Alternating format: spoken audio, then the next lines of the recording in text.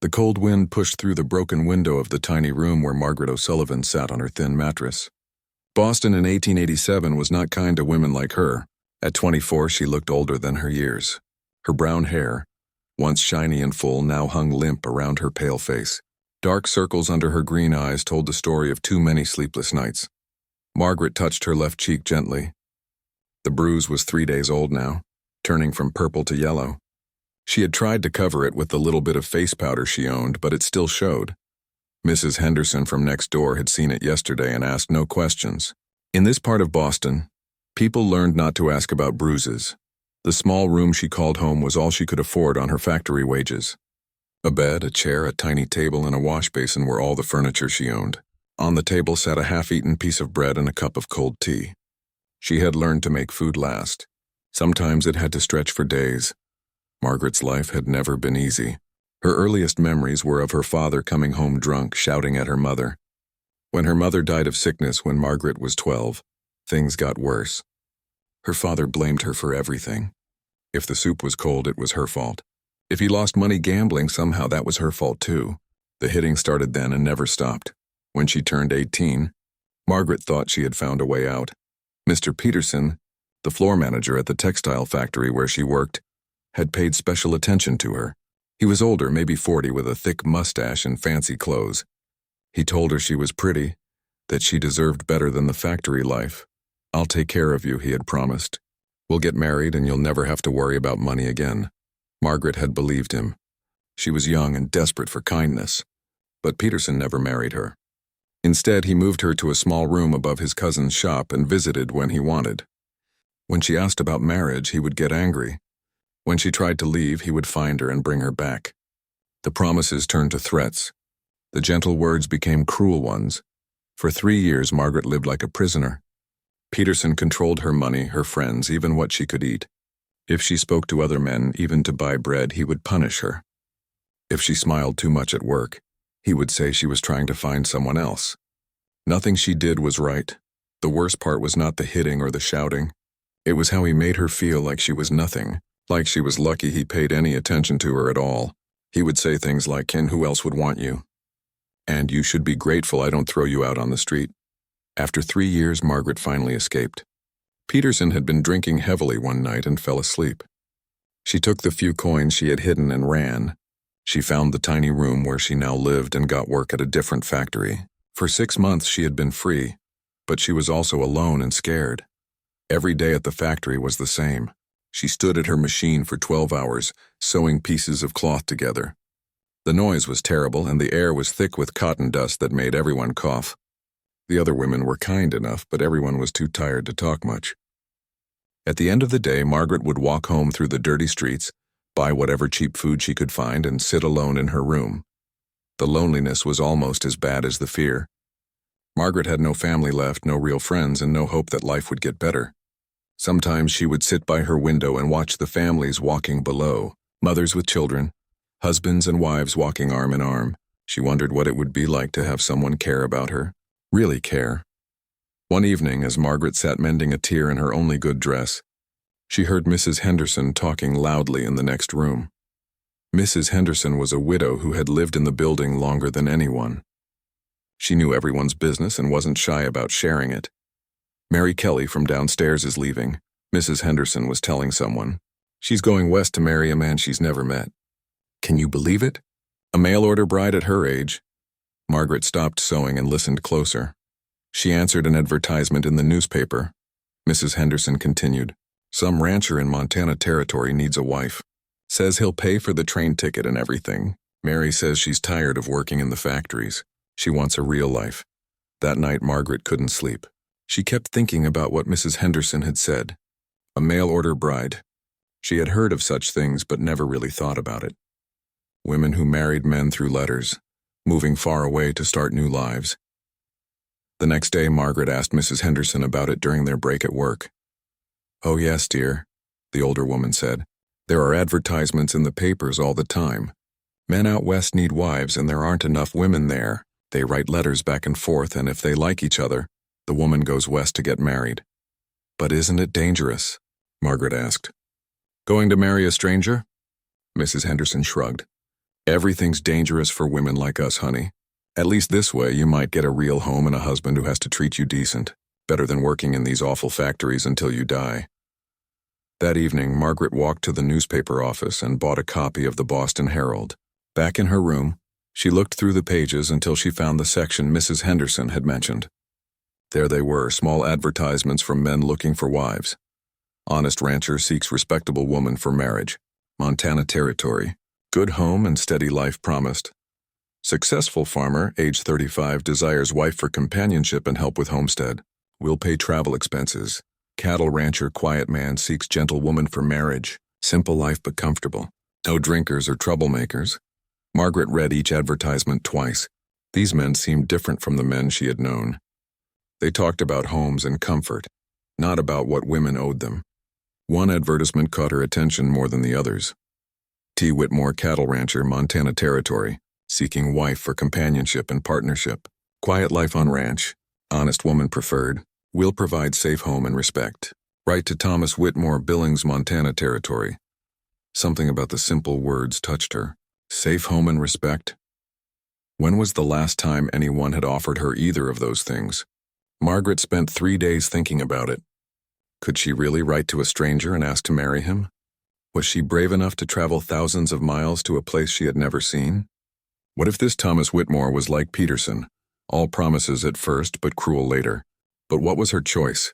Stay in Boston, working in the factory until her health gave out? Always looking over her shoulder, afraid Peterson might find her again? Growing old alone in this tiny room with no one to care if she lived or died? On the 4th day, Margaret bought paper and ink. She sat at her little table and began to write. Dear Mr. Whitmore, I am writing in response to your advertisement. I am 24 years old, in good health, and able to work hard. I can cook, clean, and manage a household. I am looking for a new start in life and a chance to be a good wife to an honest man. She didn't mention Peterson or her father. She didn't talk about the bruises or the fear. Instead, she wrote about hoping for a peaceful life and being willing to work hard for it. She ended the letter with, If you think I might be suitable, please write back. Respectfully yours, Margaret O'Sullivan. As she sealed the envelope, Margaret's hands shook. She was about to change her life completely, gambling everything on the hope that somewhere far away, there might be a man who would treat her with kindness. The next morning, she mailed the letter and began to wait. 3 weeks after mailing her letter, Margaret found an envelope waiting for her when she returned from work. Her name was written in careful handwriting across the front, and the return address read T. Whitmore, Billings, Montana Territory. Her heart raced as she climbed the stairs to her room. Inside, she found 2 pages of neat writing and a small photograph. The letter was simple and direct, just like his advertisement had been. Dear Miss O'Sullivan, thank you for your letter. I believe you may be the kind of woman I am hoping to find. I am 31 years old and have been ranching in Montana for 8 years. My ranch is small but doing well. I have a good house with 2 bedrooms, a kitchen, and a sitting room. The nearest town is 12 miles away, so life can be quiet, but the land is beautiful and peaceful. I am not a man who talks much, but I am honest and hard-working. I do not drink liquor or gamble. I have never been married before because I've been too busy building my ranch to look for a wife. Now I'm ready to share my life with the right woman. If you are still interested, I will send money for a train ticket. The journey takes about a week. I understand this is a big decision, and I want you to feel safe about it. We can take time to get to know each other before we marry. I have enclosed a photograph so you will recognize me at the station. Please write back soon if you wish to come. The weather is getting cold here, and travel will be harder if we wait too long. Sincerely, Thomas Whitmore. Margaret studied the photograph for a long time. Thomas Whitmore was a tall man with dark hair and serious eyes. He wasn't smiling, but his face looked kind. There was something about him that seemed steady and calm. She tried to imagine what his voice would sound like, what it would be like to talk to him. That night, she wrote back immediately. Dear Mr. Whitmore, yes, I would very much like to come to Montana. I am ready to leave Boston and start a new life. Please send the ticket when you can. I will be a good wife to you. Thank you for giving me this chance. Yours truly, Margaret O'Sullivan. 2 weeks later, the train ticket arrived along with $20 for food and other expenses during the trip. Margaret had never held so much money at one time. Thomas had also included detailed instructions about which trains to take and where to change stations. Margaret gave notice at the factory, and told Mrs. Henderson she was leaving. The older woman wished her luck and gave her some advice about traveling alone. "Keep your money hidden," she said. "Don't talk to strange men on the train. And remember, if this man turns out to be no good, you can always come back to Boston." But Margaret knew she couldn't come back. She had used her last month's rent money to buy a new dress and some underclothes for the trip. Everything she owned fit into one small carpet bag her mother had given her years ago. The morning she left Boston, Margaret stood on the platform at the train station holding her bag and wearing her mother's wedding dress. It was the nicest thing she owned, made of blue wool with tiny buttons down the front. She had spent the previous evening altering it to fit her thinner frame. The train was bigger than she had expected, with cars stretching far down the track. People were everywhere, loading bags and saying goodbye to families. Margaret had no one to say goodbye to, which made her feel both sad and free at the same time. She found her seat in the women's car and put her bag overhead. The train was crowded with all kinds of people. Families moving west, businessmen in fancy suits, and other women like herself, traveling alone with nervous expressions and small bags. As the train pulled away from Boston, Margaret watched the city disappear behind her.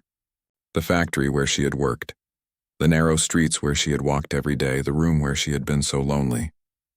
All of it was getting smaller and smaller until it was gone completely. The first day on the train was exciting.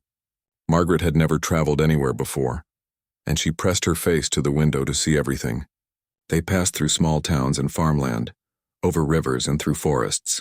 The other passengers were friendly enough, and she shared meals with a family from Ireland who were going to California. But as the days passed, the excitement wore off. The train was uncomfortable, the food was bad, and there was nowhere to wash properly. Margaret's back ached from sitting so long, and the constant noise and movement made it hard to sleep. Worst of all, she had too much time to think. What if Thomas Whitmore wasn't really the kind man his letters suggested? What if he was cruel like Peterson had been? What if he took one look at her and decided he didn't want her after all? She had no money to get back to Boston, no family to help her, nowhere to go if things went wrong. At night, lying on the hard train seat with her bag as a pillow, Margaret would touch the bruise on her cheek that was finally fading. She would remember Peterson's voice telling her she was worthless, her father's fists, the endless days in the factory. Surely anything was better than that life, wasn't it? On the third day, she met another mail-order bride. The woman's name was Catherine, and she was about Margaret's age. Catherine was going to Denver to marry a shopkeeper she had been writing to for 6 months. "Aren't you scared?" Margaret asked as they shared some bread for lunch. "Terrified," Catherine admitted, "but I figure it can't be worse than working in my uncle's hotel for the rest of my life. At least this way I might have a family someday, maybe children." They talked for hours about their hopes and fears. Catherine had been writing to her intended husband much longer than Margaret had been writing to Thomas. She knew all about his business, his family, even his favorite foods.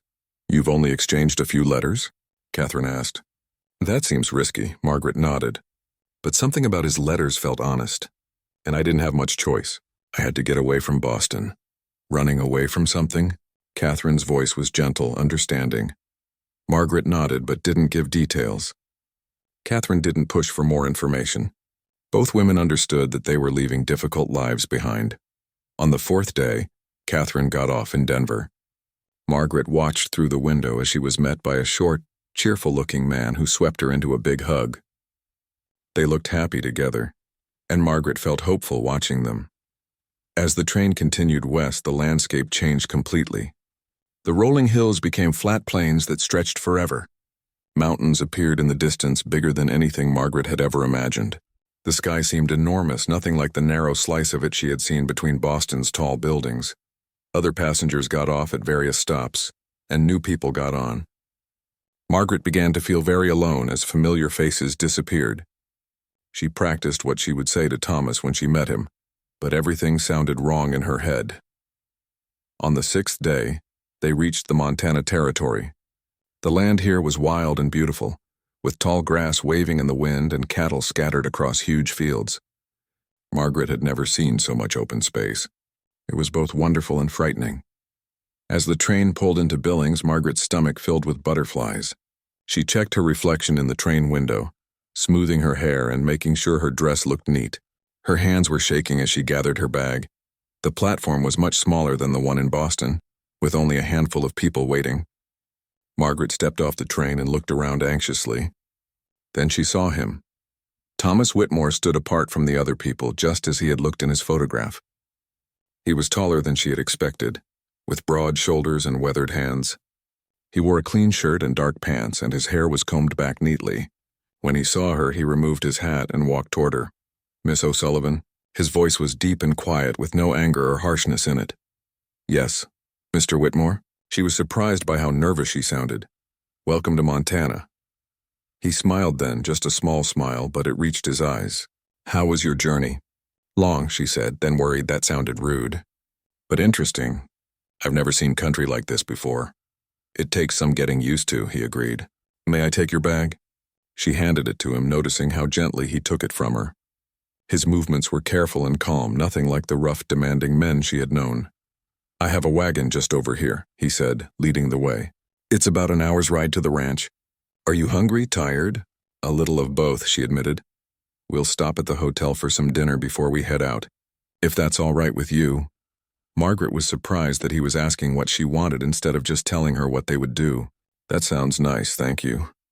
As they walked to his wagon, Thomas pointed out different buildings in the town. The general store, the church, the school. His voice was quiet but friendly, and he seemed to be trying to make her feel welcome without overwhelming her with too much talk. The wagon was simple but well made, pulled by two horses that nickered softly when Thomas approached them. He helped Margaret up onto the seat, his touch brief and respectful. As they drove through the town and out into the open country, Margaret felt something she hadn't experienced in years. For the first time since she could remember, she wasn't afraid of the man sitting next to her. Thomas Whitmore seemed exactly like his letters had suggested, quiet, honest, and kind. The sun was setting as they drove, painting the sky in colors Margaret had never seen before. The air was clean and cool, so different from the smoky, dirty air of Boston. As they drove away from town, the sun was setting behind the mountains, painting everything in soft gold and pink. Margaret had never seen a sunset like this.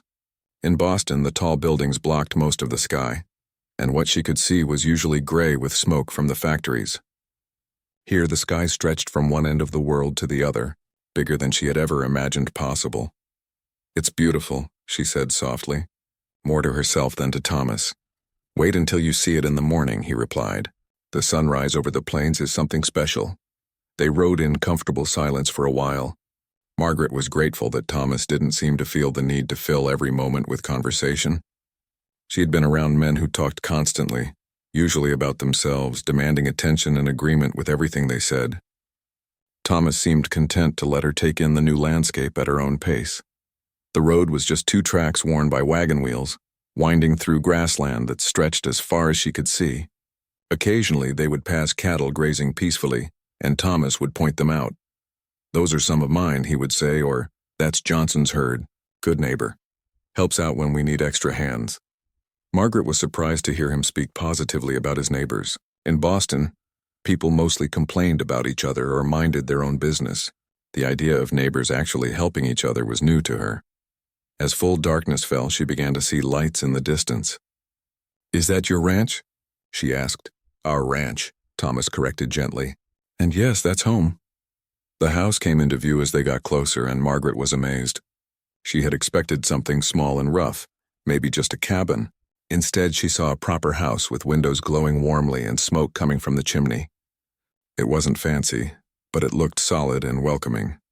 Thomas helped her down from the wagon and carried her bag to the front porch. "I know you must be tired," he said. "Would you like to see the house, or would you prefer to rest first?" Again, he was asking what she wanted instead of just deciding for her. Margaret was still getting used to this kindness. "I'd like to see it, please," she said. Thomas opened the front door and led her inside. The first thing Margaret noticed was how clean everything was.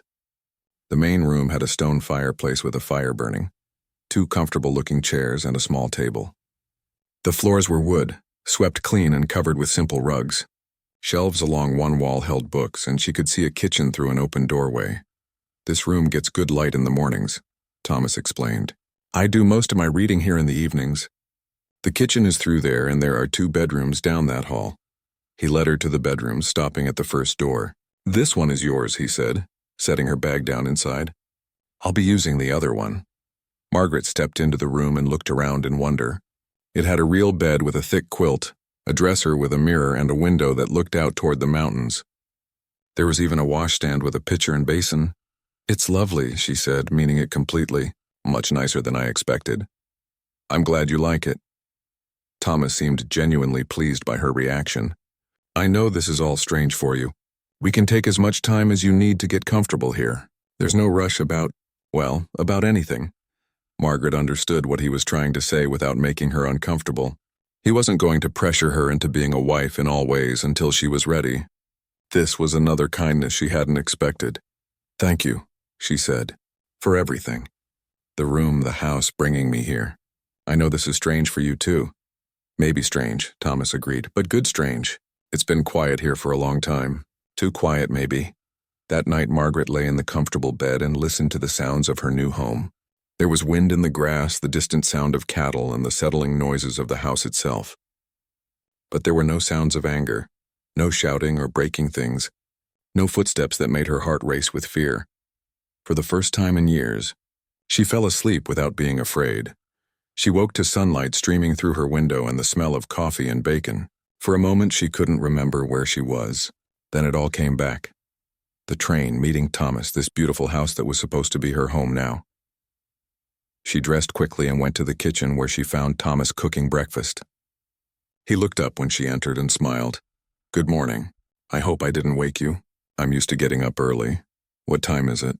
Margaret asked. About 6. The animals need tending early, and there's always work to do on a ranch. But you don't need to get up this early if you don't want to. Margaret watched him cooking.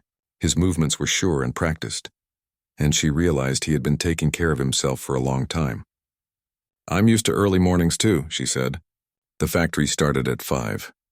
Well, ranch work starts early, but it's different from factory work. You can see the sky while you're working. He served her breakfast, eggs, bacon, biscuits, and coffee that was better than any she had tasted in Boston.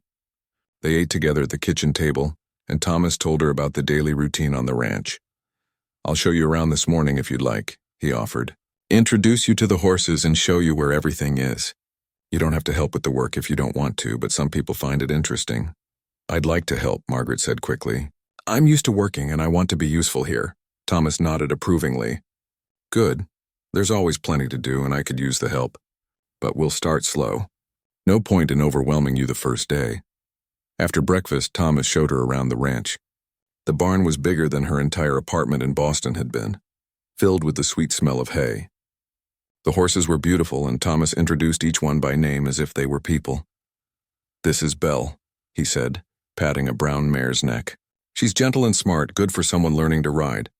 And this is Charlie, my main working horse. Been with me for 5 years now. Margaret had never been around horses much. Her father had told her they were dangerous and would hurt her if she got too close. But these animals seemed calm and friendly, especially when Thomas was with them.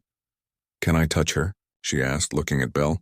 Of course. She likes having her nose rubbed. Margaret reached out carefully and stroked the horse's soft nose. Belle nickered gently and didn't try to bite or kick as her father had always said horses would do. It was another small lesson that not everything she had been taught was true. Thomas showed her the chicken coop, where dozens of chickens pecked at the ground and chattered to each other. Collecting eggs is usually morning and evening work, he explained. Simple enough once you get used to the chickens. He showed her the vegetable garden, now mostly finished for the year, and the well where they got their water. Everything was neat and well maintained, showing the care Thomas took with his property. You built all this yourself? Margaret asked. Most of it. Had help with the house raising, but yeah, it's taken 8 years to get it to where it is now. Margaret was impressed. In Boston, she had lived in buildings other people owned, working jobs other people controlled. The idea of building something yourself, of truly owning a piece of land, was amazing to her. As the days passed, Margaret began to settle into the rhythm of ranch life. She learned to collect eggs without getting pecked, to help with cooking and cleaning, and to watch for signs of weather changes that might affect the cattle. Thomas was patient with her mistakes and generous with his praise when she did something well. When she burned the biscuits on her 3rd day, he just ate them anyway and said they weren't so bad. When she successfully gathered all the eggs without breaking any, He thanked her as if she had done something wonderful. The silence that had seemed strange at first began to feel peaceful. Thomas wasn't a man who needed to fill every moment with words, but when he did speak, he said things worth hearing. He would point out interesting clouds, tell her about the history of the area, or share stories about his cattle and horses. In the evenings, they would sit by the fire, Thomas reading or working on small repairs while Margaret mended clothes or practiced writing letters to Mrs. Henderson back in Boston. The quiet was comfortable, not empty or tense like it had been in her father's house. One evening, about 2 weeks after her arrival, Margaret was washing dishes when she accidentally dropped one of Thomas's plates. It hit the floor and broke into several pieces. Margaret immediately dropped to her knees to clean it up, her heart racing with the old fear. In her father's house, breaking something meant a beating. With Peterson, it meant angry words and punishment. She braced herself for Thomas's reaction, already planning how to apologize and make up for the accident. But Thomas's reaction was completely different. "Are you hurt?" he asked, kneeling down beside her to help pick up the pieces. "No, I'm sorry, I'm so sorry," Margaret said quickly. "I'll replace it, I'll be more careful." "It's just a plate, Margaret. Things break sometimes. As long as you're not cut, that's all that matters." Margaret looked up at him in surprise. "You're not angry?" "Why would I be angry? You didn't break it on purpose." Thomas disposed of the broken pieces and helped her to her feet. Things can be replaced. People can't be. That night, lying in her comfortable bed, Margaret thought about Thomas's words. October brought cooler weather and the first hints of winter to the Montana Territory. Margaret had been at the ranch for almost a month now, and she was beginning to understand the rhythm of life there. Each day started before sunrise with the animals needing care, continued with various tasks around the ranch, and ended with quiet evenings by the fire. She was also beginning to understand Thomas. He was unlike any man she had ever known. Where other men had been loud, he was quiet. Where they had been demanding, he was patient. Where they had been selfish, he seemed to genuinely care about her comfort and happiness. But Margaret still found herself waiting for the other side of him to show. Surely no man could be this kind all the time. Surely there would come a moment when his temper would break, when he would show his true nature and become like all the other men she had known. One morning, Margaret was in the barn learning to milk the cow when she heard Thomas talking to the horses. His voice was gentle and encouraging, the same tone he used with her. She realized that this kindness wasn't something he put on for her benefit. It was simply who he was. "You're getting good at that," Thomas said, coming over to where she sat beside the cow. Margaret looked down at the milk bucket, which was nearly full. A month ago, she had been afraid to even approach the cow. Now she could milk her almost as quickly as Thomas could. "Belle taught me well," Margaret replied, patting the cow's side. "She's patient with beginners." "Animals can sense when someone means them no harm," Thomas observed.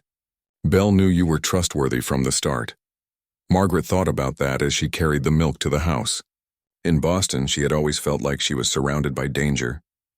Men who might hurt her, bosses who might fire her, landlords who might throw her out.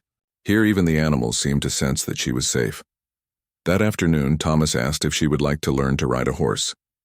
Margaret's first instinct was to say no. Her father had always told her that horses were dangerous, that women had no business around them, that she would only get hurt and cause trouble for everyone else. But looking at Thomas's calm face and remembering how gentle Belle had been when she petted her, Margaret found herself nodding. "I'd like to try," she said. Thomas saddled Belle carefully, explaining each step as he went. "The most important thing is to stay calm," he said. "Horses can feel when you're nervous, and it makes them nervous too. Belle's been ridden by beginners before, so she knows to be extra careful." He helped Margaret up into the saddle, his hands steady and sure. At first, sitting so high off the ground felt scary. But Belle stood perfectly still, waiting for instructions. "Just hold the reins gently," Thomas said, walking beside them as Belle began to move slowly around the corral. "Don't pull on her mouth unless you need to stop. She knows what to do." For the first few minutes, Margaret gripped the saddle horn tightly, certain she was going to fall, but gradually she began to relax. Belle's movement was smooth and rhythmic, and Thomas's calm presence beside them made her feel safe. "You're a natural," Thomas said, after they had walked around the corral several times. "Belle likes you. See how her ears are forward? That means she's content. By the end of the lesson, Margaret was actually enjoying herself. The view from horseback was different, and she could see farther across the ranch than ever before. When they finally stopped, she felt proud of what she had accomplished.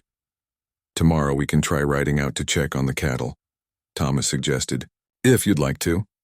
"I would," Margaret said, and was surprised to realize she meant it. That evening, as they sat by the fire, Thomas was repairing a piece of harness while Margaret worked on mending one of his shirts. The comfortable silence was broken when Thomas spoke. "Can I ask you something?" he said. Margaret tensed automatically.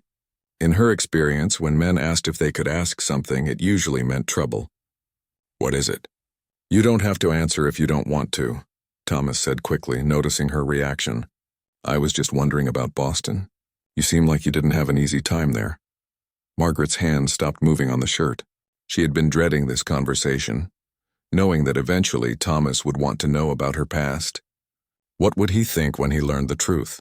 Would he still want her as a wife when he knew how damaged she was? "It wasn't easy," she said quietly. Thomas waited, not pushing for more details. His patience made it easier for her to continue. "My father wasn't a kind man," she said finally.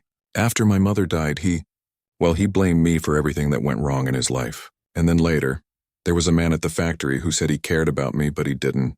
Not really." "Did they hurt you?" Thomas's voice was very quiet, but there was something in it that Margaret had never heard before. Not anger at her, but anger for her. Margaret nodded, unable to say the words out loud. Thomas was silent for a long moment. Then he said, "I'm sorry that happened to you." "No one should have to live like that. I thought all men were like that," Margaret admitted. "I thought that's just how things were." "It's not," Thomas said firmly. "A real man doesn't hurt women. A real man protects them." They sat in silence for a while, both lost in their own thoughts. Finally, Thomas spoke again. "My stepfather was a cruel man too," he said. "He married my mother when I was 8, and he made our lives miserable. Always angry, always finding fault. He never hit my mother, but he made her life so unhappy that she just faded away. She died when I was 15, and I left home the next day." Margaret looked up from her sewing. Thomas's face was sad but calm.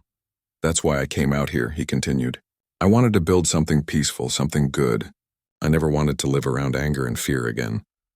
"Is that why you never married before?" Margaret asked. Thomas nodded. "I was afraid I might turn out like him. It took me years to understand that being quiet doesn't mean being cruel, and being strong doesn't mean being mean. Out here working with the land and the animals, I learned that there's a better way to live." Margaret felt something tight in her chest begin to loosen. Thomas understood. He had lived with fear too. He knew what it was like to walk carefully around someone else's anger. "Do you ever worry that you'll become like him?" she asked. "Sometimes," Thomas admitted. "But then I remember how his anger poisoned everything around him, and I choose something different. Every day I choose to be different."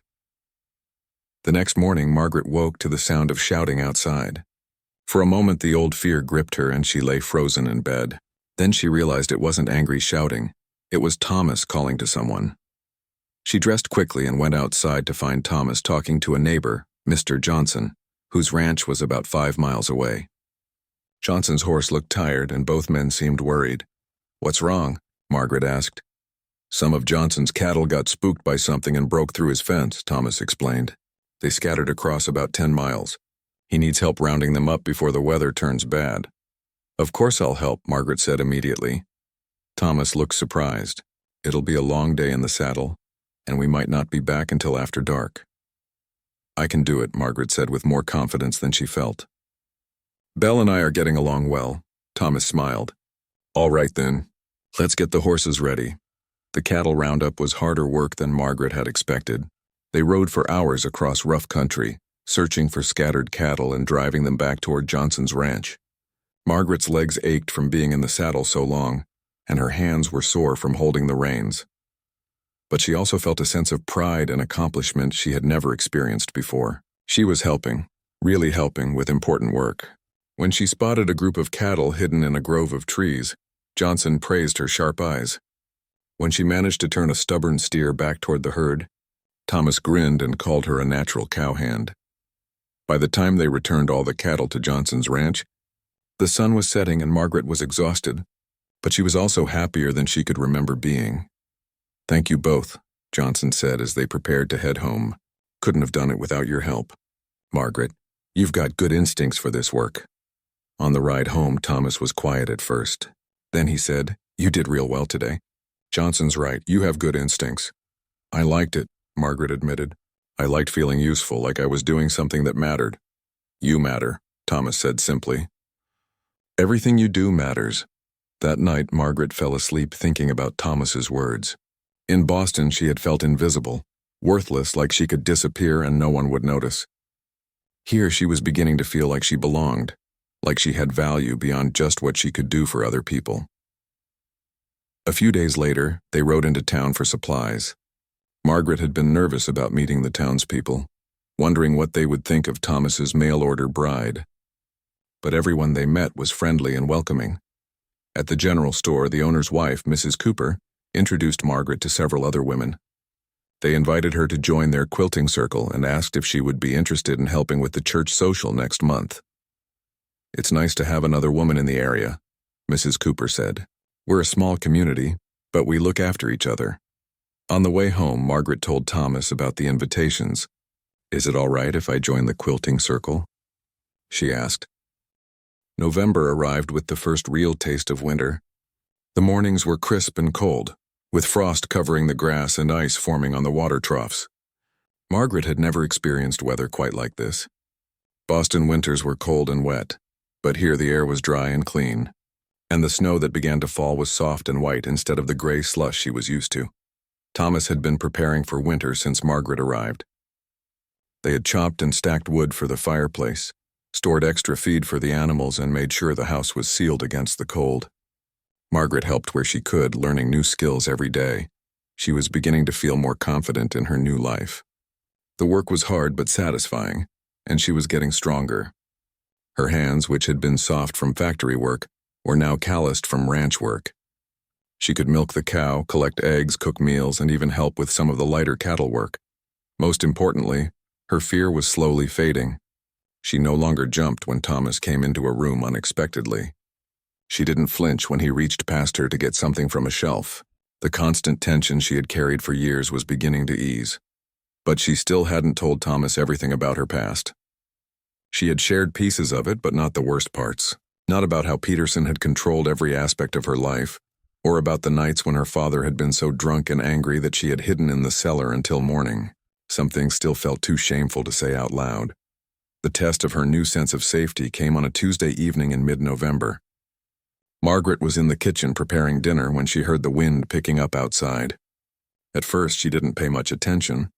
The wind often blew hard across the plains, but this was different. The wind grew stronger and stronger, howling around the house and rattling the windows. Then she heard the first crack of thunder. Margaret froze.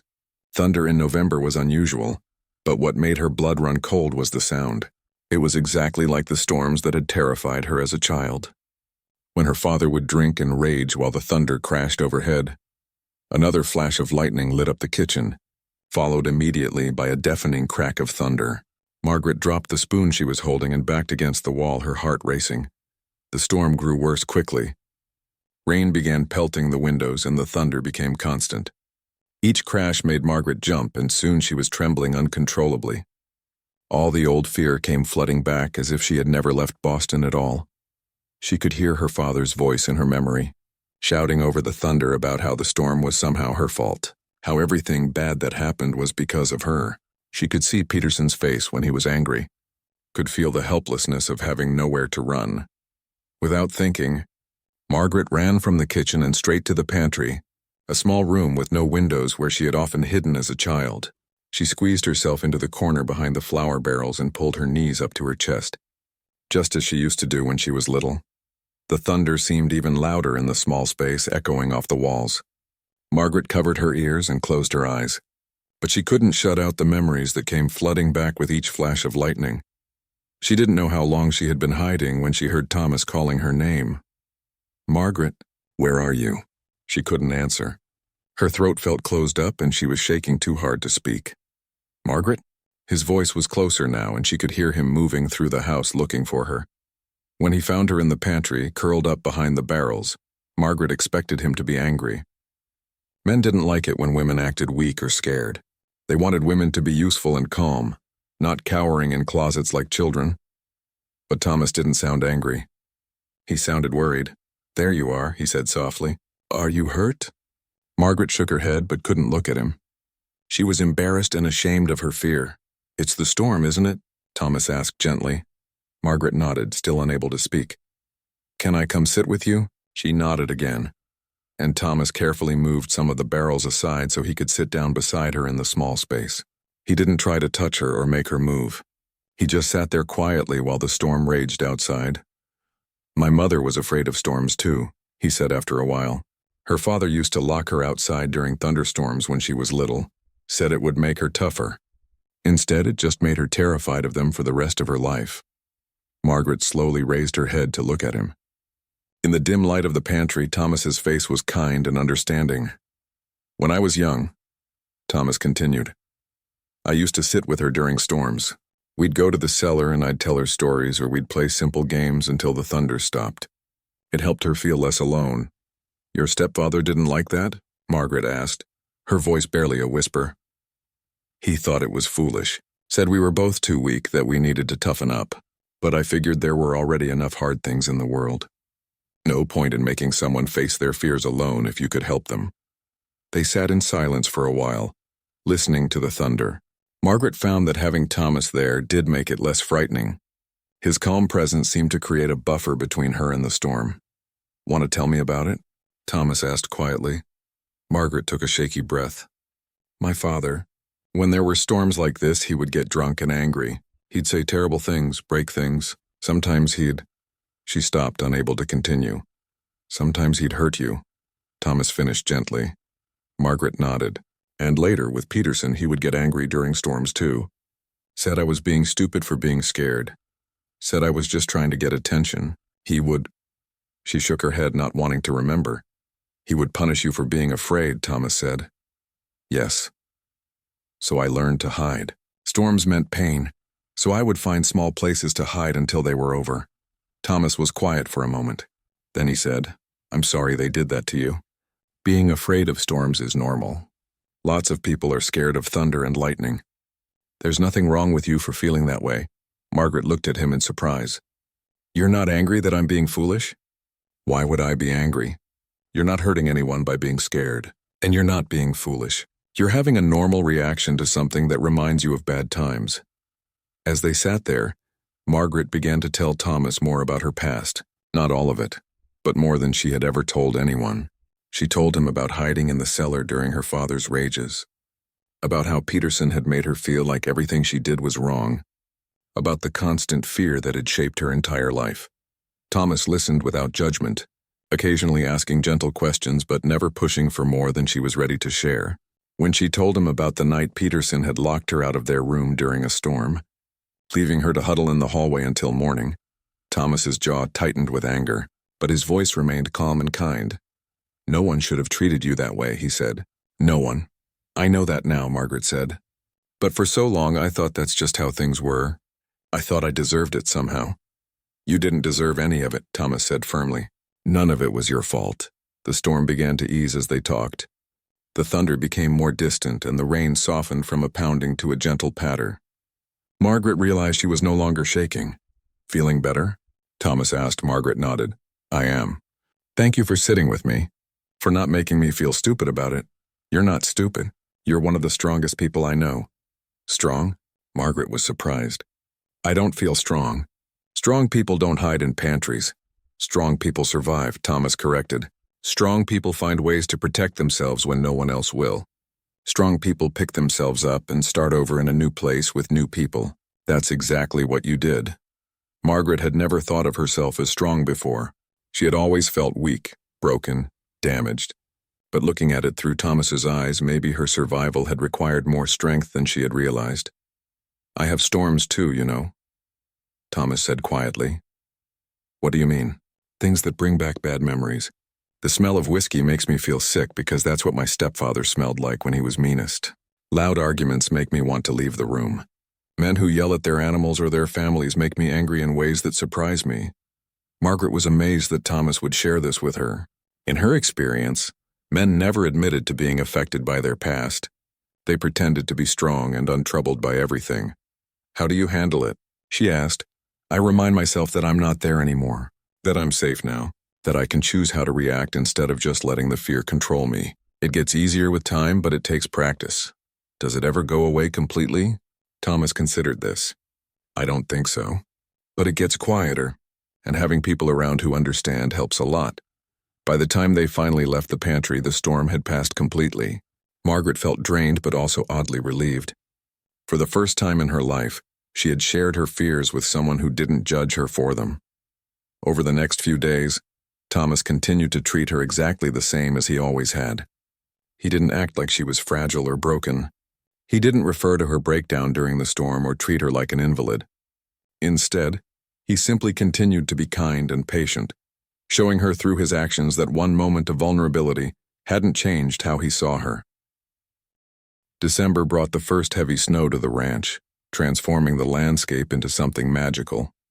Margaret had never seen snow like this, clean and white and sparkling in the sunlight, so different from the dirty slush of Boston winters. She found herself standing at the kitchen window in the mornings, watching the way the light caught the snowdrifts and made everything look new. Thomas had been right about winter being a quieter time on the ranch. The cattle stayed closer to the barn where there was shelter and hay, and much of the outdoor work was reduced to the essential tasks of feeding animals and keeping paths clear. This gave Margaret and Thomas more time together in the house, and she was discovering new sides of him. In the evenings, Thomas would read aloud from books while Margaret worked on mending or knitting. His voice was deep and pleasant, and she loved hearing him read stories about far-off places and adventures. Sometimes he would ask her opinion about what they had read, and Margaret was surprised to find that he genuinely valued her thoughts. They had settled into an easy routine of companionship. They worked together during the day, shared meals, and spent peaceful evenings by the fire. Margaret was beginning to feel like this house truly was her home, and Thomas was beginning to feel like family in a way she had never experienced before. She was also beginning to understand that her feelings for Thomas were growing beyond gratitude and companionship.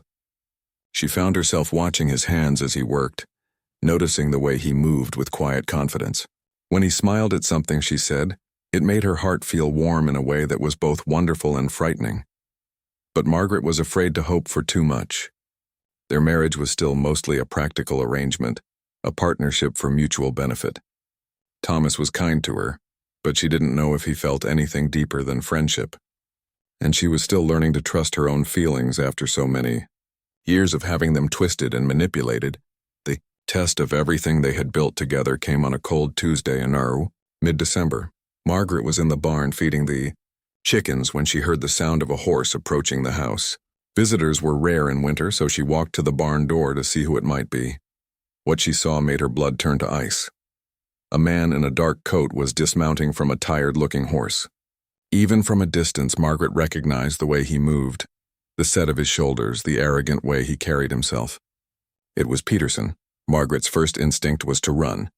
She looked around the barn wildly, thinking about places to hide, but there was nowhere to go. The ranch was isolated and the snow was too deep to travel far on foot. She was trapped. Her hands began to shake as she watched Peterson walk up to the house and knock on the door. She could hear his voice, loud and demanding, even from the barn. "I'm looking for Margaret O'Sullivan," he was saying to Thomas. "I have reason to believe she's here." Thomas's voice was quieter, harder to hear, but Margaret could tell he was asking questions. Peterson's voice got louder and angrier. "She stole money from me before she left Boston," Peterson was saying, which was a complete lie. "I've come to bring her back to face charges. I have the legal right to take her." Margaret felt like she couldn't breathe. This was her worst nightmare come true. Peterson had found her, and now he was going to destroy the new life she had built. Worse, he was going to drag Thomas into it, maybe cause trouble for him with the law. She forced herself to walk toward the house, knowing she had to face this. If she went with Peterson willingly, maybe he would leave Thomas alone. Maybe she could protect the one good thing in her life by sacrificing herself. But as she got closer to the house, she could hear more of the conversation, and what she heard surprised her. Thomas's voice was calm but firm. "I'll need to see some proof of these charges," he was saying. "What kind of proof?" Peterson demanded. "Legal documents. A warrant. Something official that gives you the right to take someone against their will." I don't need papers to take back what's mine, Peterson snarled, and Margaret could hear the cruel tone that had terrified her for so long. She's not yours, Thomas said quietly, but there was steel in his voice. She's my wife. Margaret felt a shock go through her. Thomas had said it so simply, so matter-of-factly. She's my wife, as if it was the most natural thing in the world to claim her, to protect her. Wife? Peterson laughed harshly. You married a thief and a liar. She ran away in the night with money that belonged to me. What money? Thomas asked. $50, Peterson said. She took it from my desk before she left. Margaret almost gasped out loud. She had never taken any money from Peterson. She had left with only the few coins she had saved from her own wages. $50, Thomas repeated thoughtfully. That's a serious amount. Margaret's heart sank. Was Thomas starting to believe Peterson's lies? But then Thomas continued. Good thing I keep careful records. Margaret arrived here on October 15th with a train ticket purchased on September 28th. Here's the receipt. Margaret heard the rustle of papers. This ticket cost $12, Thomas went on. If she stole $50 on, say, September 27th, and then spent $12 on a ticket the next day, she should have arrived with $38. But when I met her at the station, she had exactly $4.37. I remember because I felt bad that she'd spent almost everything she had on the ticket. There was silence for a moment, then Peterson's voice, angrier now. She could have hidden the rest somewhere. Could have, Thomas agreed. Or maybe she never took any money in the first place. Maybe you're lying. Are you calling me a liar? Peterson's voice was getting dangerous now, the tone Margaret remembered from his worst moments. I'm saying your story doesn't add up, Thomas replied calmly. I'm also saying that even if it did, you'd need legal authority to take someone from my property. Do you have that authority? I don't need yes or no. Do you have a warrant or other legal document that gives you the right to take my wife? Another silence. Margaret could almost picture Peterson's face, red with anger at being challenged. The local sheriff will be very interested in your answers, Thomas continued. Johnson rode over yesterday and mentioned that Sheriff Williams is due through this area in a few days. I'm sure he'd be happy to look into your claims. You can't keep her here against her will, Peterson tried. I'm not keeping her anywhere. She's free to leave anytime she wants. Are you saying she wants to go with you? That was when Margaret knew she had to act. She couldn't let Thomas fight this battle alone, and she couldn't let Peterson's lies go unchallenged any longer. She walked up the porch steps and opened the front door. Peterson spun around when he saw her, and his face changed immediately. The angry mask fell away, replaced by the false charm he used when he wanted something. Margaret, darling, he said, moving toward her. I've been so worried about you. When you disappeared like that, I thought something terrible had happened. Margaret stepped back instinctively, but then she felt Thomas's presence beside her. He had moved to stand next to her, not touching but close enough that she could feel his support. I left because I wanted to leave, Margaret said, her voice stronger than she felt. I didn't steal anything from you. Of course you didn't, Peterson said smoothly. I was mistaken about that. I was just so upset when you vanished. I've missed you terribly.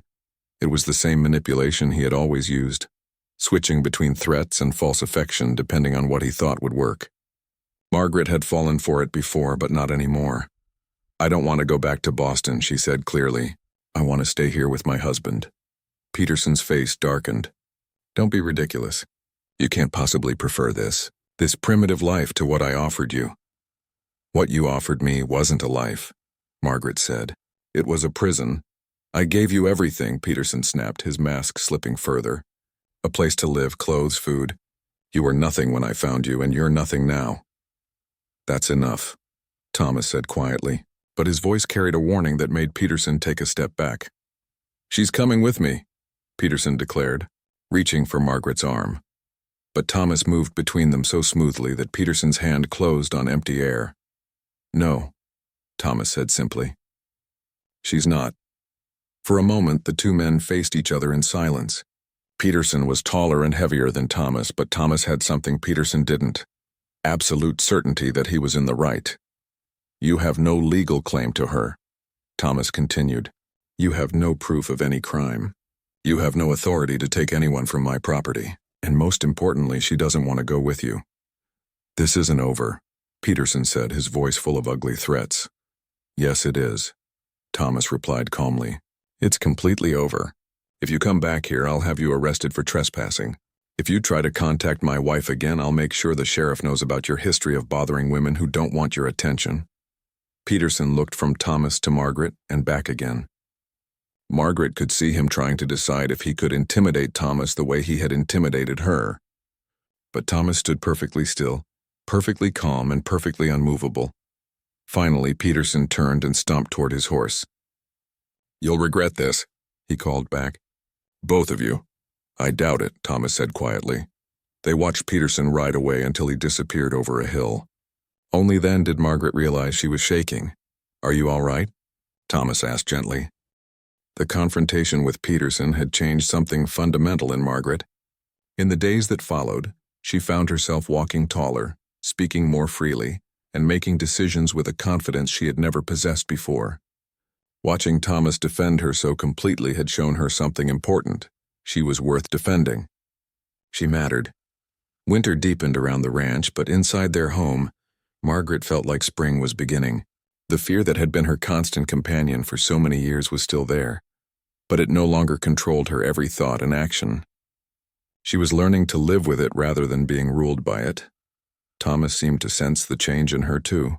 He began asking her opinion on ranch matters, including her in decisions about which cattle to sell in the spring and how to improve the house. It was clear that he saw her as a true partner, not just someone to keep house and cook meals. One snowy evening in January, Margaret was reading by the fire when she came across a passage in one of Thomas's books that stopped her cold. It was a story about a woman who started a school in a frontier town, teaching children who had never had the chance to learn to read and write. Thomas, she said suddenly, do you remember what I told you about wanting to be a teacher? Thomas looked up from the harness he was mending. I remember. You said it was something you'd always dreamed of. Do you think it's too late for that dream? Thomas set down his work and gave her his full attention. What do you mean? I mean, I'm 25 years old. I never finished my own education properly. I've been working in factories and, well, other things. Do you think I could still become a teacher? Thomas was quiet for a moment, thinking seriously about her question. What would you need to do to become a teacher here? I'm not sure, Margaret admitted. I'd have to find out what the requirements are. Mrs. Cooper would know, Thomas suggested. Her sister taught school before she got married. We could ask her next time we're in town. Margaret felt a flutter of excitement mixed with fear. Would you mind? I mean, if I became a teacher, it would mean less time to help with the ranch work. Margaret, Thomas said gently, you don't need my permission to follow your dreams. If teaching is what you want to do, then we'll figure out how to make it work. The next week, when they went to town for supplies, Margaret gathered her courage and asked Mrs. Cooper about teaching requirements. The older woman's face lit up with interest. Oh, we desperately need a teacher here, Mrs. Cooper said. The last one moved away 6 months ago and the children have been missing so much schooling. All you need is to pass the territorial teaching examination. It's given twice a year, once in spring and once in fall. What does the examination cover? Margaret asked. Reading, writing, arithmetic, geography, and history. Plus, you have to demonstrate that you can manage a classroom. It's not easy, but it's certainly possible for someone with your intelligence. Margaret's heart raced with possibility. When is the next examination? April in Billings. That gives you about 3 months to prepare. That evening, Margaret told Thomas about the conversation. To her amazement, he immediately offered to help her study. I have most of the books you'd need, he said, gesturing toward his well-stocked shelves. And I went through the 8th grade so I can help with the basic subjects. You'd do that for me? Margaret asked. Of course. Why wouldn't I? It was another one of those moments when Margaret was struck by how different Thomas was from other men. He wasn't threatened by her ambitions or worried about how her success might reflect on him. He simply wanted to help her achieve her goals. They began studying together every evening after dinner. Thomas would quiz her on arithmetic problems while she worked on memorizing the capitals of all the states and territories. They read history books together, discussing the causes of the Civil War and the exploration of the West. Margaret discovered that she loved learning for its own sake, not just because she had to. As winter slowly gave way to spring, Margaret felt her mind awakening in ways it never had before. In Boston, she had been too tired from factory work and too stressed from survival to think much beyond getting through each day. Here, with Thomas's encouragement and support, she found herself curious about everything, how things worked, why events had happened the way they did, what ideas different authors were trying to express. "You're a natural teacher," Thomas observed one evening after listening to her explain a mathematical concept she had just mastered. "You make things clear and interesting." Margaret glowed at the praise. For so many years she had been told she was stupid, worthless, good for nothing but manual labor. Now she was discovering that her mind was sharp and capable when given the chance to grow. The studying also brought her and Thomas closer together. Working side by side at the kitchen table, their heads bent over books, Margaret found herself noticing little things about him. The way he concentrated when reading, the patience he showed when she struggled with a difficult concept, the genuine pride in his voice when she mastered something new. One evening in February, while they were working on geography, Margaret accidentally knocked over the ink bottle. Black ink spread across the table and dripped onto the floor. Oh no, Margaret jumped up, immediately moving to clean up the mess. But as she did, she realized something important. She wasn't afraid. She wasn't bracing herself for anger or punishment. She was just focused on fixing the problem. Thomas was already getting rags to help clean up. "Good thing it missed the book," he said calmly. "Aren't you angry?" Margaret asked, surprised by her own question. Thomas looked genuinely puzzled. "Why would I be angry? It was an accident. In my old life, spilling ink would have meant—" Margaret trailed off, realizing she didn't need to finish the sentence. "Well, in your new life, spilling ink just means we clean it up and move on," Thomas said matter-of-factly. It was such a simple statement, but it captured something profound about how much her life had changed. In her new life, mistakes were just problems to be solved, not crimes to be punished. As spring approached, Margaret's confidence grew in other areas too. She started contributing more ideas about ranch improvements, suggesting ways to make the work more efficient, or the animals more comfortable. Thomas listened to all her suggestions seriously, and they implemented several of them. She also began reaching out more to the community. At the quilting circle, she found herself speaking up more often, sharing stories and opinions. The other women seemed to genuinely enjoy her company, and several mentioned how much they were looking forward to having her as their teacher. "You've changed so much since you first arrived," Mrs. Cooper observed one day. "You seem so much more present, if that makes sense." Margaret knew exactly what she meant. For years she had lived like a ghost, trying to take up as little space as possible, to avoid drawing attention that might bring trouble. Now she was learning to exist fully, to take up the space she deserved in the world. In March, Margaret received some unexpected news. Mrs. Henderson had written from Boston, including a newspaper clipping about Peterson. He had been arrested for cheating at cards and was in jail awaiting trial. The article mentioned that several women had come forward with complaints about his treatment of them. "He can't hurt you anymore," Thomas said after reading the clipping. "He can't hurt anyone anymore." Margaret felt a weight lift from her shoulders that she hadn't even realized she was carrying. She was truly free now, not just physically but legally. There was no chance Peterson would ever come looking for her again. With this final piece of her past resolved, Margaret threw herself into her teaching preparation with renewed energy. She practiced giving lessons to an imaginary classroom, with Thomas playing the role of difficult student. He would ask challenging questions or pretend to be disruptive, helping her prepare for real classroom situations. "What would you do if a student refused to do his arithmetic?" Thomas asked one evening, grinning mischievously. "Well, I might ask him why he's refusing," Margaret replied thoughtfully. "Maybe the work is too hard and he's embarrassed. Maybe he's hungry and can't concentrate. Maybe there's trouble at home. I think understanding the reason would be more important than just punishing the behavior." Thomas nodded approvingly. "That's good thinking. You're going to be an excellent teacher." As April approached and the examination date drew near, Margaret found herself both excited and nervous. She had studied hard and felt prepared, but this test would determine whether her dream could become reality. The night before they were to leave for Billings, Margaret sat on the porch watching the sunset. The ranch looked beautiful in the evening light, with the mountains purple in the distance and the grass turning green with spring growth. This place had become home in a way she had never experienced before. Thomas came out and sat beside her on the porch steps. "Nervous about tomorrow?" he asked. "A little," Margaret admitted. "What if I fail? What if I'm not as ready as I think I am?" Then you'll take the examination again in the fall, Thomas said simply. But I don't think you'll fail. You've worked too hard and learned too much. What if I pass and the school board doesn't want to hire me? What if they think a mail-order bride isn't respectable enough to teach their children? Thomas was quiet for a moment. Margaret, do you remember? October had come around again, marking a full year since Margaret first stepped off the train in Billings. As she stood on the porch of their ranch house, watching Thomas work with the horses in the morning light, she could hardly believe how much had changed. She had been teaching at the school for a month now, and every day brought new joys and challenges. The children were eager to learn, and Margaret found that her experiences with hardship had given her extra patience with students who struggled. She understood what it felt like to be told you weren't smart enough, and she was determined that no child in her classroom would ever feel that way. Thomas had been incredibly supportive of her teaching career. He drove her to town every Monday morning and picked her up every Friday afternoon.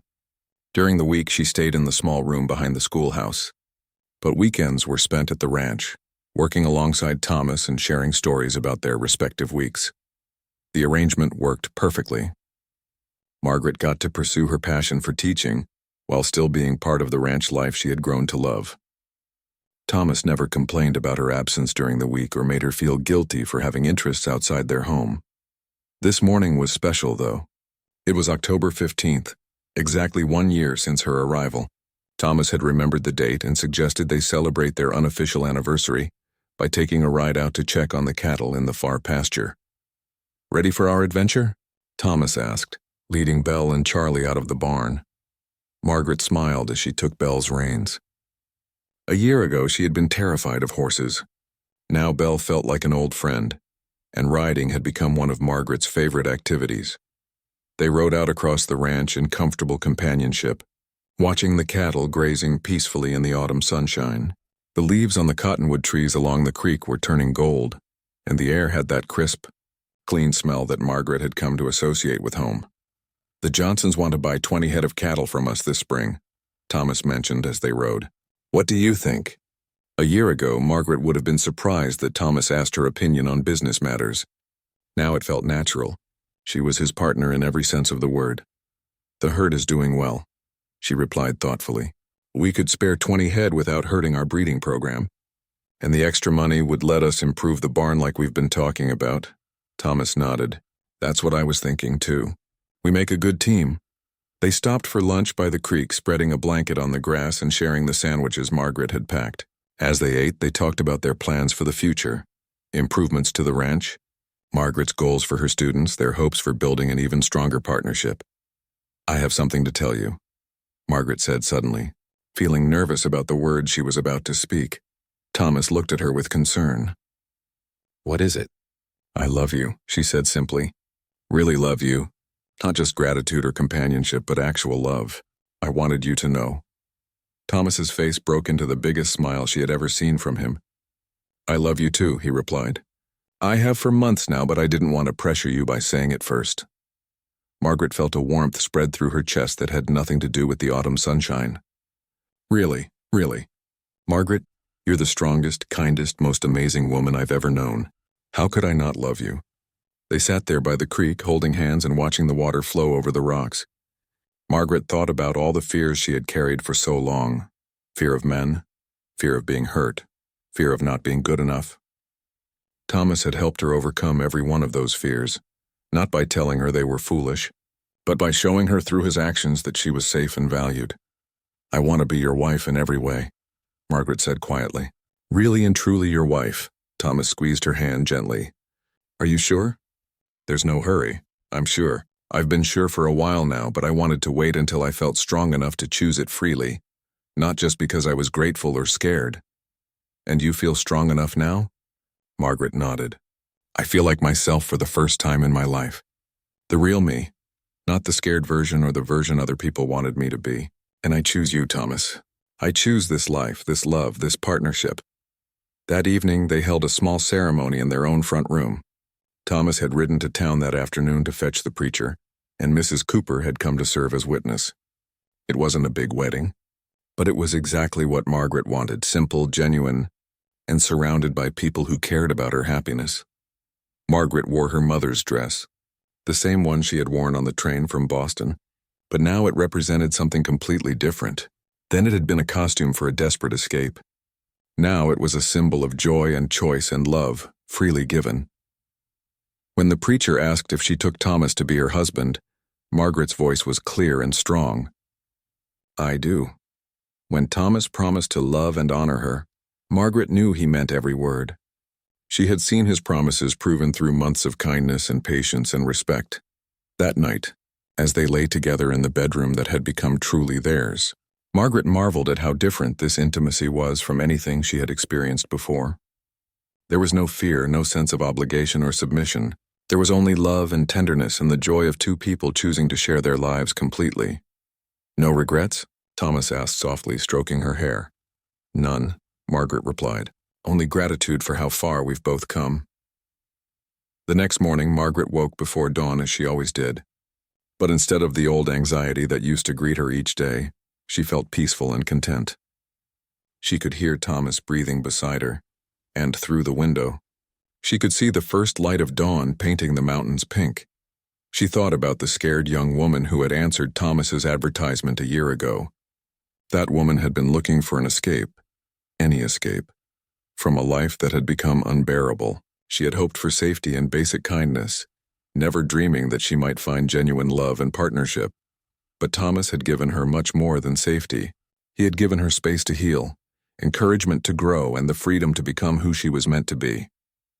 In return, she had brought her own strengths to their partnership, her intelligence, her compassion, her determination to build something good from the ashes of her old life. "Good morning, Mrs. Whitmore," Thomas said softly, and Margaret smiled at the sound of her new name. "Good morning, Mr. Whitmore," she replied. They got up and began their morning routine, feeding the animals, collecting eggs, preparing breakfast. But everything felt different now, charged with the knowledge that they were truly married, truly committed to building a life together. As they sat down to breakfast, Thomas reached across the table and took her hand. "What are you thinking about?" he asked. "I'm thinking about how quiet you were when I first met you," Margaret said. "I thought maybe you just didn't have much to say," Thomas laughed. "And now? Now I know that you say everything that matters. You don't waste words on empty talk, but when you speak, it's worth hearing." "I was quiet because I was afraid," Thomas admitted. "Afraid that if I talked too much, I might say something that would scare you away." "You seemed so fragile when you first arrived." "I was fragile," Margaret agreed. "But you helped me get stronger." "You helped me too," Thomas said. "I was so used to living alone, to keeping everything inside. You taught me how to share my life with someone else." They finished breakfast and prepared for the day's work.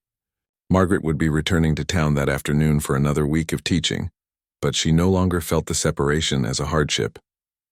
She knew that Thomas would be here when she returned, and that this house would always be her home. As Thomas hitched up the wagon for the trip to town, Margaret stood on the porch and looked out across their land. The ranch stretched as far as she could see, with cattle grazing peacefully and horses running free in the pasture. It was a good life they had built together.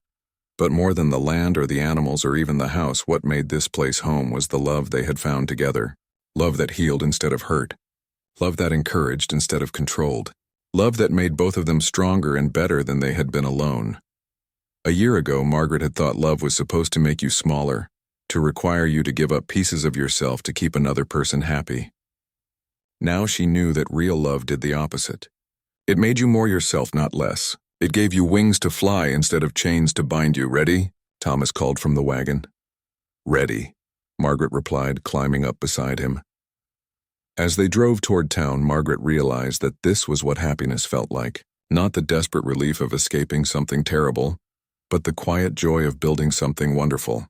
Not the fear of losing what you have, but the confidence that comes from being truly loved and valued. She thought about the children waiting for her at the school, eager to learn and grow.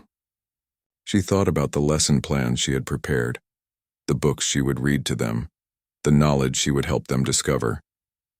Teaching gave her a sense of purpose beyond her own happiness, a way to make the world a little bit better, and she thought about the evenings and weekends she would spend with Thomas, working together on the ranch, planning for the future, continuing to build their partnership.